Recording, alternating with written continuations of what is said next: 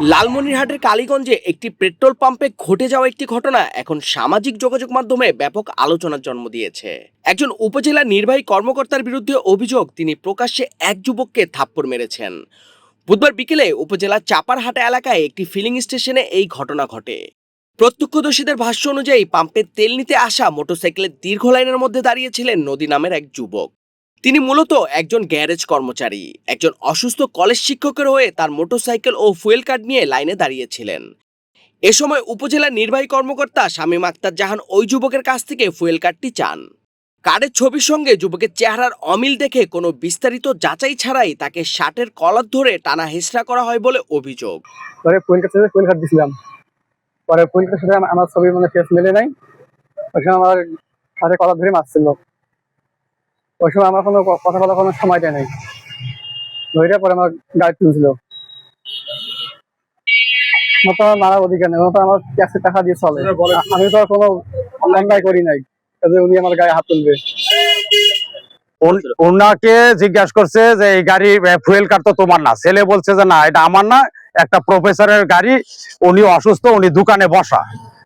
তারপরেও উনি মানে নাই, উনি 2-3টা থাপ্পড় দিয়েছে। থাপ্পড় দেওয়ার পরে ওনাকে নিয়ে, ওই ছেলেকে নিয়ে আপনার হলো গাড়িতে উঠাইছে। ওঠানোর পরে স্থানীয় লোকজন যায় আপনার ওনার কাছ থেকে পরে ছিনায় নিচ্ছে। ইউনো ম্যাডাম আর কি ওর ছবির সাথে মিল না থাকার কারণে ওরে গায়ে হাত তুলছে, ওই ছেলের গায়ে হাত তুলছে। এখন তো উনি তো হইলো প্রশাসনিক লোক, উনি তো মনে করেন যে এটা দায়িত্বের অবহেলা করছে এবং গায়ে হাত তুলতে পারে না। উনি আইন ভঙ্গ করছে, কিন্তু উনি তো ওর গায়ে হাত তুলতে পারে না।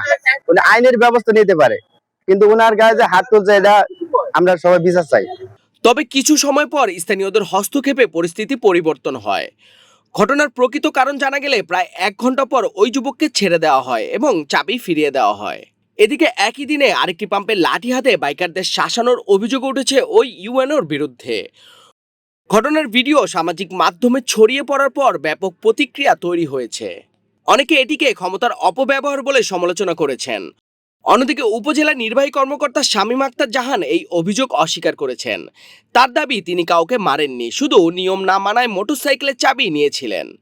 উনি ফুয়েল কার্ড ছাড়া দাঁড়ানোতে, সেটা বল, ফুয়েল কার্ড ছাড়া দাঁড়ানোতে, মানে ফুয়েল কার্ডই ছিল না আমার কাছে, ড্রাইভিং লাইসেন্স ছিল না, গাড়ির রেজিস্ট্রেশন ছিল না, এবং উনি সম্ভবত, যার কথা আপনি বলছেন, আন্ডার এজ একটা ছেলে বা এরকম কিছু দিয়েছিলাম, লাইন থেকে সরিয়ে দিয়েছিলাম।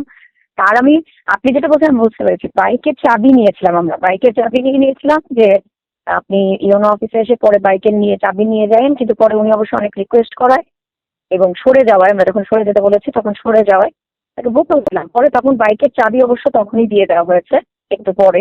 বাইকের চাবি প্রথমে নিয়ে নেওয়া হয়েছিল, বাইকের চাবি নিয়েছিলাম, বাইকের চাবি অনেকক্ষণ আটকে ছিল। পরে সে রিকোয়েস্ট করে বা তার সম্ভবত তার গার্জিয়ান আসে, লাস্টে তার গার্জিয়ানের কাছে আমরা চাবি দিয়েছি।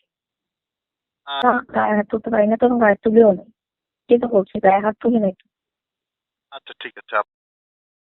এই ঘটনাকে কেন্দ্র করে প্রশাসনের আচরণ ও নাগরিক অধিকার নিয়ে নতুন করে প্রশ্ন উঠেছে।